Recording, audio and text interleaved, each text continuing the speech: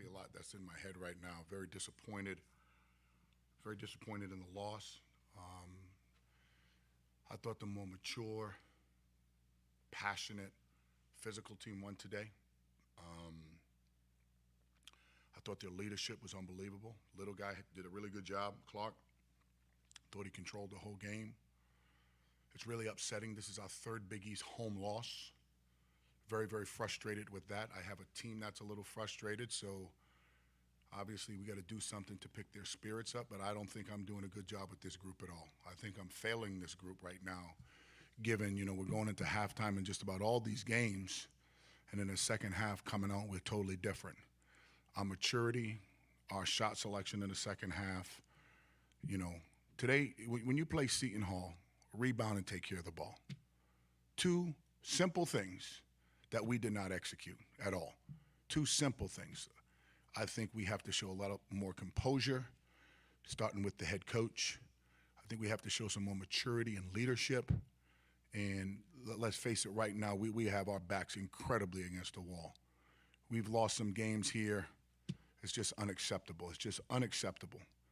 It's unacceptable for me as the coach, and something has to change. Something has to change. Very, very disappointed in just the entire mindset of our group right now. But it's not time to feel bad. We have adversity like there's no tomorrow. Did not see this coming. Did not want to see this coming, but it is where we are. Our feet are here. We have a hard game going to Creighton, who's coming off a tough loss today. We're going to go to Omaha. There'll be about 18,000 fans trying to, again, he's got a tournament team there, right?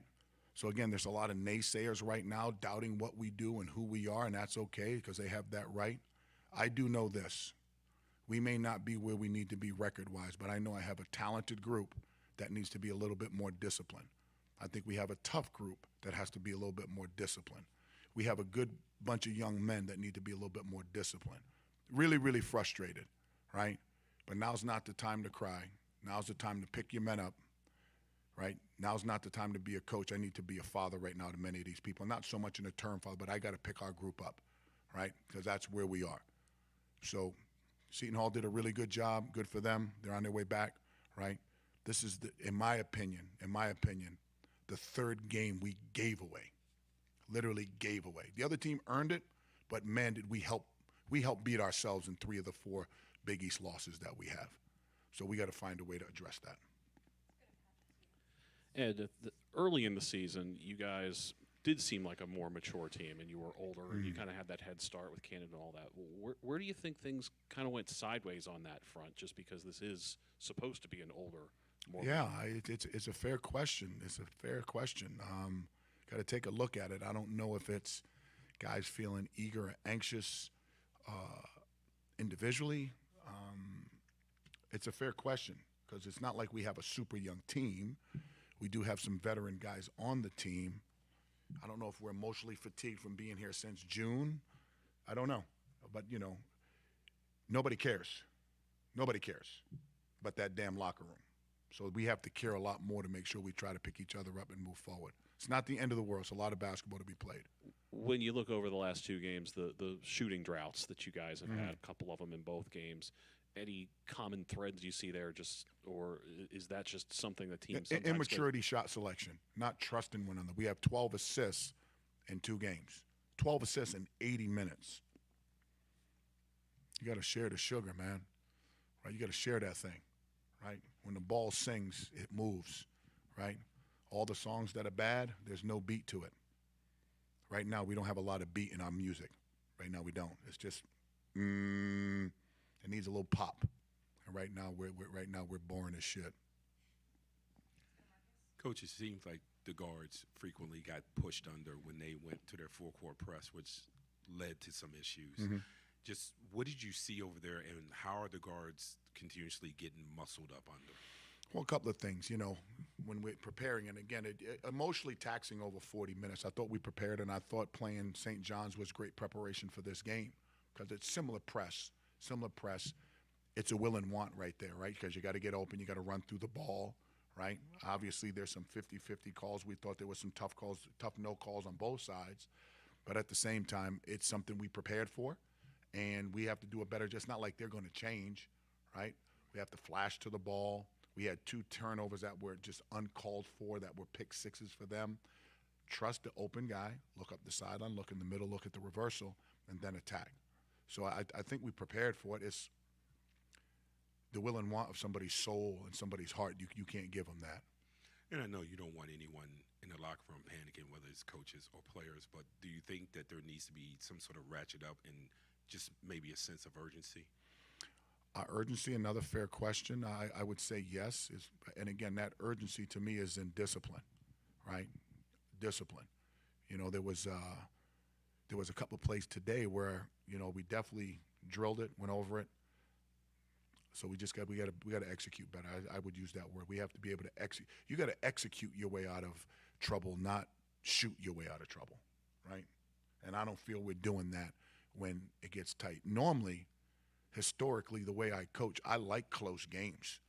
And for whatever reason, I'm not doing a really good job in these close games here, and I don't know why.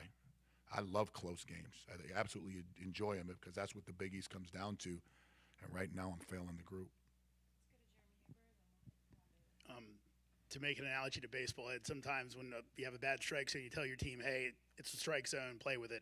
Do you feel your guys at all when it comes to getting contacted on the offensive end are too busy looking for whistles and not just trying to make the shot? Jeremy, yeah.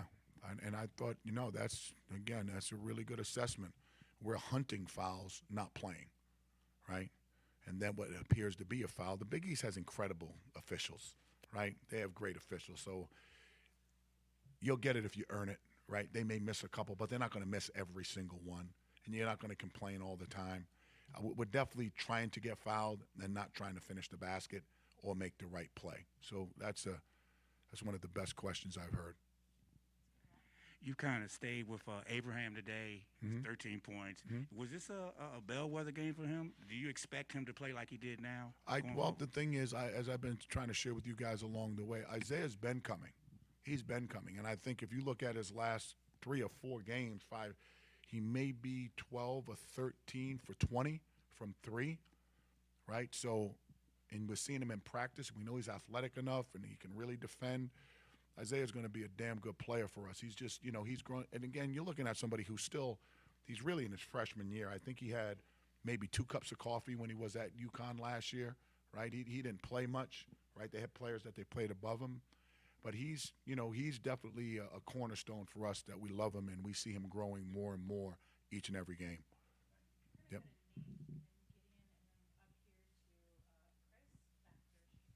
Hi, Coach. Hey, buddy. You mentioned a couple of those like tough 50-50 calls. Have you given thought to using the coach's challenge a bit more this year? Well, the thing is, the guy's right behind me, and there wasn't one. The call we could have made was against Xavier late in the game that he did step out, and we didn't have it quick enough. You know, I'm going to use it if I feel it's going to help us. If it's in the first half, I doubt I'll use it unless it's just really, really obvious. Right, that's normally for the end of the game, but it's a fair question, and we just don't feel we've been in that situation to use it yet. And then how do you evaluate the pick and roll offense today? You know what? First half, I thought it was pretty good because we shared the ball. Second half, I don't think the ball had a lot of flow to it. You know, right? First half, we picked it apart. Second half, I thought the ball stuck. So the ball has to move when the defense is rotating. All right, thanks, Coach. Appreciate you. Hey, Gideon, how are you? Good. Coach, only 8 assists today. I know that's been a focus for you in the past. I'm sure there's a lot that's going on there. What is your biggest assessment in terms of why the ball's not moving the way it needs to? I think accountability is on the coach. I have to get our guys who are primary ball handlers to trust their teammates more, hit the open guy, right? You got 12 assists in 2 games, 12 assists in 80 minutes. You're not going to win a lot of games that way, right? You're not going to win, especially if you're fouling down the other end and another team shooting 30-plus free throws, right? So to me, this is a perfect storm to we have to reset, get our minds in a better place. Like, again, that says you got 12 assists in 80 minutes. You're not going to be a really good basketball team. It's too much one-on-one basketball. All right, and Coach. Chris, I appreciate your hat, man. Thank you. Appreciate it, Coach. This was a 2-possession game under 3 minutes left. What lessons does your team take from the execution late, especially on the defensive end? Pride. just pure pride and a will and a want. Like I said, I thought the more mature team, the more disciplined team, and that's on me as the leader, won the game today, right? I mean, you got a 1-2 possession game. You're playing at home. You have a great crowd, right? It's disappointing. I mean, this district is yearning for Georgetown to be better. And that's why I took the damn job, right? That's why I'm here. And I have to do a better job knowing that this is important to everybody in this room, everybody in this district. And our players have to feel that as well. So that's something that we're working to do. All right, Vince, he's back in the lineup. You guys seem like he's a different team when you was around. How do you feel about that, ingratiating him back into the lineup and as conference play? I think it's been him coming back the last 2 games. He's given us spurts of energy, but not consistency. Definitely have given us spurts of energy, but a slide here, a missed assignment there, right? So now you're kind of going with your 2-headed monster with both your 7-footers.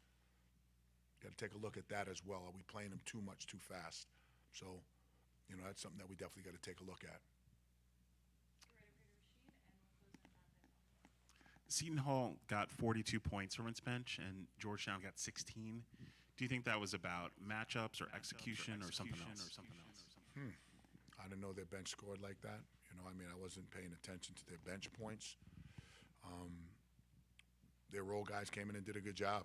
Call it what it was, Number 7, I think he made the shot that really just broke the game, the 10-toe 3, and I don't know, he may have taken 2 or 3 threes the whole season, right? Shot clock was winding down. He's wide open. Scout reports analytically say, he's got to take a shot, make it. Bench points, I just look at the total score, right? I thought we got good production off the bench early. We got to look at what's happening in the second half. That's been our downfall for sure. As somebody who's been a National Coach of the Year before and seeing what Shaheen is doing with a team that lost 25 last season, do you think that he deserves serious merit for National Coach of the Year this year? I think if there was a coach today that was get that award, I think he'd be very worthy of it. He's doing a good job with his group. He and his staff have done a great job identifying players that can play for him, right? And his kids' will and want right now is just outwilling everybody they're playing. And when you look at all their games that they played, every Big East game that they played, it's a mirror image of one another. Down, press, right? Press you, offensive rebound. Scout report against them, rebound, take care of the ball. Rebound, take care of the ball. If you do that, you're going to find yourself in a winner's circle. Now, you're going to be in a dogfight, but to answer your question, I think he'd be very deserving of it. There's a couple other coaches in our league that I think are doing a damn good job that would be deserving of it. The one coach who's not is me.